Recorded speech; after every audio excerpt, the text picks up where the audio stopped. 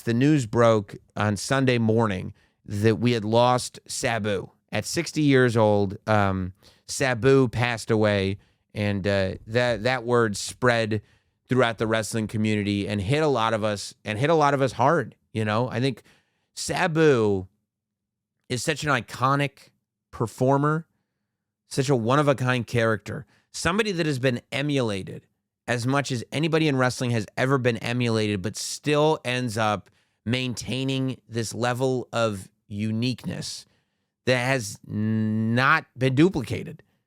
To see him, there was almost an invincibility factor with Sabu. I don't think anybody ever considered that Sabu would ever be gone because, number one, he was so larger than life in this character, but number two, everything he did was so death-defying. He was the homicidal, suicidal, genocidal madman from Bombay, Michigan. And anybody that grew up watching Sabu on any level, you didn't even look at him like he was a person. You looked at him like he was this entity.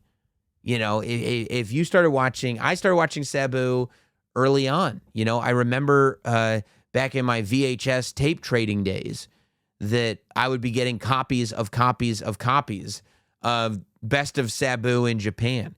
And Best of Sabu in Japan, there was like 17 volumes of it. They just kept coming out with tape after tape after tape after tape. And they were just unreal. Some of it was the most crazy, hardcore, barbed wire fire stuff you ever saw.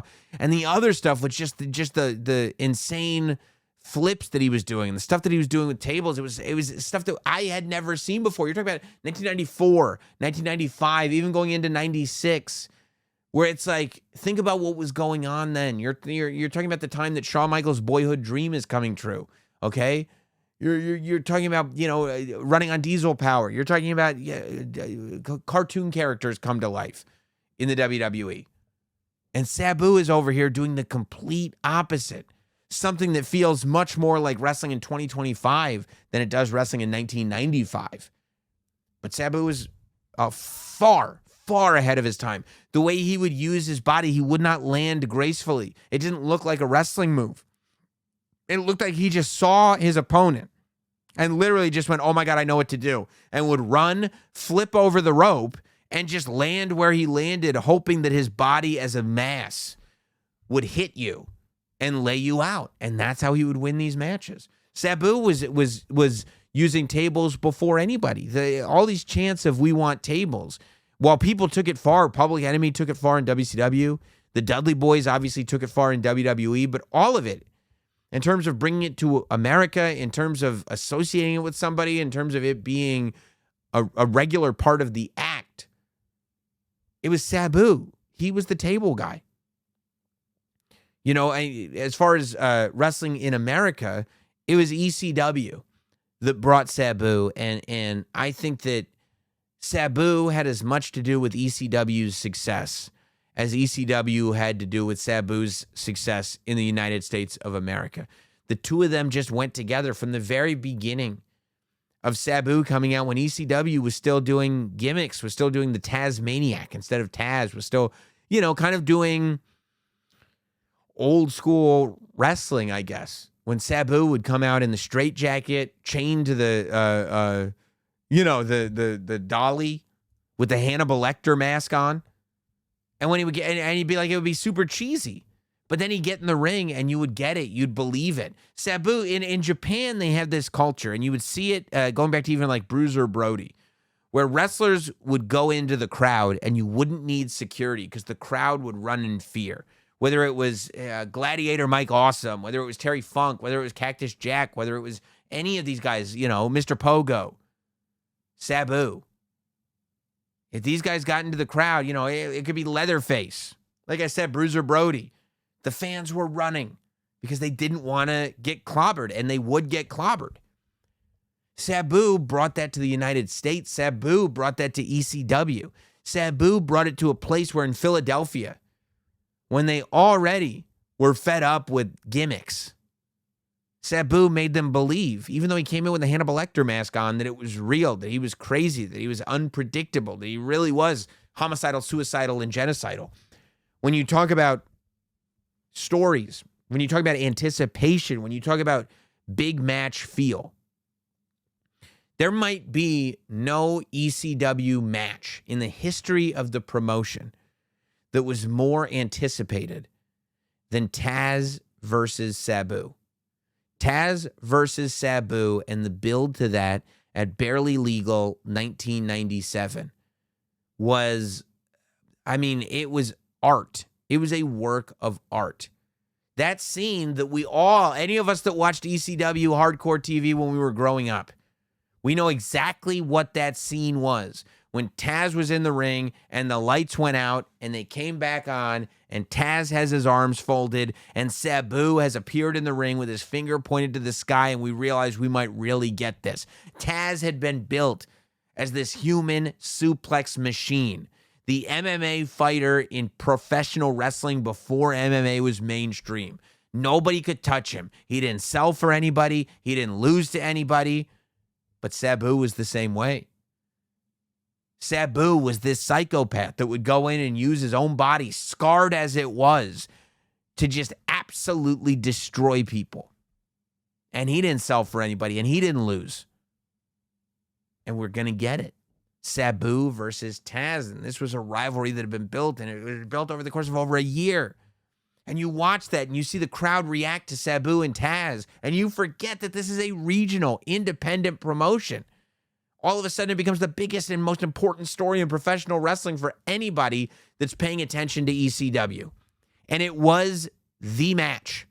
When ECW said, we're finally getting a shot on pay-per-view, and there was no bigger deal for ECW. There was no bigger mark of making it into the mainstream of national professional wrestling than getting to be on pay-per-view. And all ECW and we had over a year as ECW fans, we had been waiting for this to happen. And when they finally announced it, we all celebrated. But the question was going to be, what was the match that was going to make people pay $20 to buy this pay-per-view? People that had maybe never seen ECW before. What was the match? And I have the Barely Legal poster signed by the main event, which was Taz versus Sabu. That match didn't go on last, but make no mistake about it. That rivalry is what defines Barely Legal. That rivalry and that match is what brought ECW to the next level. And when you think about now, like I said, those classic stories, that's what you think of in ECW. I mean, you think about it on the way to promoting that pay-per-view. When ECW invaded Monday Night Raw in February of 1997 in the Manhattan Center, anybody that was watching wrestling at the time or has watched clips on YouTube, we remember the RAW logos that was the entryway for Raw back in 97, 96, 97, and Sabu jumping off the R. Sabu jumping off those letters. Nothing like that had happened before. And Sabu just showed up and it almost looked like he fell off the letter, but that's the way Sabu did his thing, and he fell all over Team Taz Dojo. And it was like, what are we seeing? There is unbridled chaos going on here. I cannot miss ECW because that guy in those big baggy sparkly genie pants with scars all over his chest and arms with a piece of duct tape around his bicep and the word Sabu scratched in it. I have to see what that guy's going to do. That was the magic of Sabu. I mean, when you go to the Born to Be Wired barbed wire match between Sabu and Terry Funk, it's the stuff of legends. You're talking about a barbed wire match that got so crazy that the two of them were stuck together.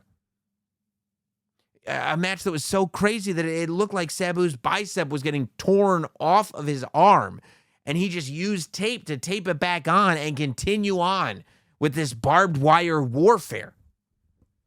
It was the match that put the ECW championship on Terry Funk, and to this day, I'm not sure that he was ever supposed to win that championship. But the two of them were literally stuck together in barbed wire. Somebody had to cut, it was real barbed wire. Somebody had to come with a wire cutter and start clipping the barbed wire so the two of them weren't connected anymore.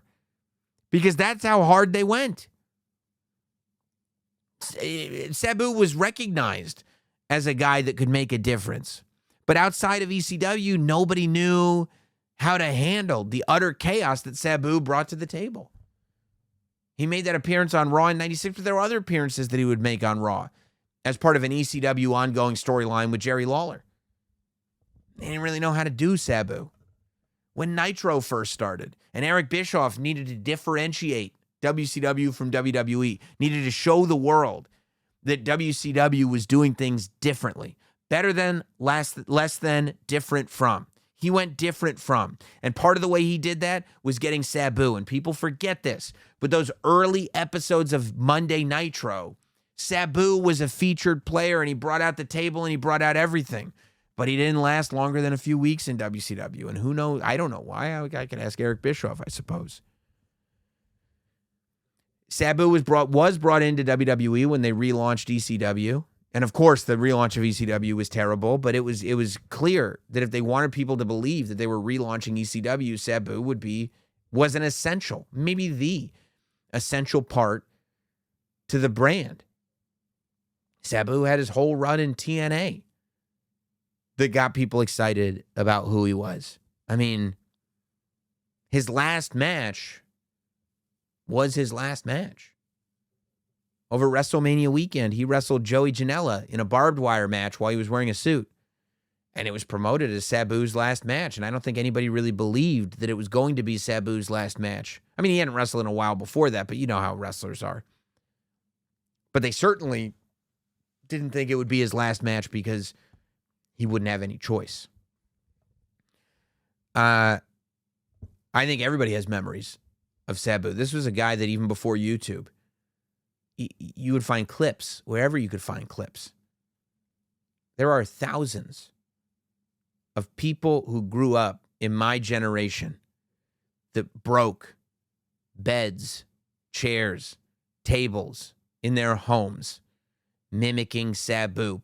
Parents that are the ages of my parents, wondering what the hell these kids were watching that would possess them to do a backflip through their bed. And that answer was Sabu every single time. I mean, you throw the word one of a kind out a lot in the world of professional wrestling, but I don't think it's more fitting for anyone than Sabu. Sabu is in that category of, look, and you may think I'm being hyperbolic, but